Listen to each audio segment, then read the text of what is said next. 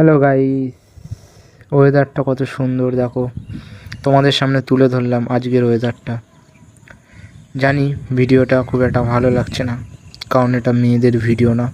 তো যাই হোক, সবাই তো একরকম নয়।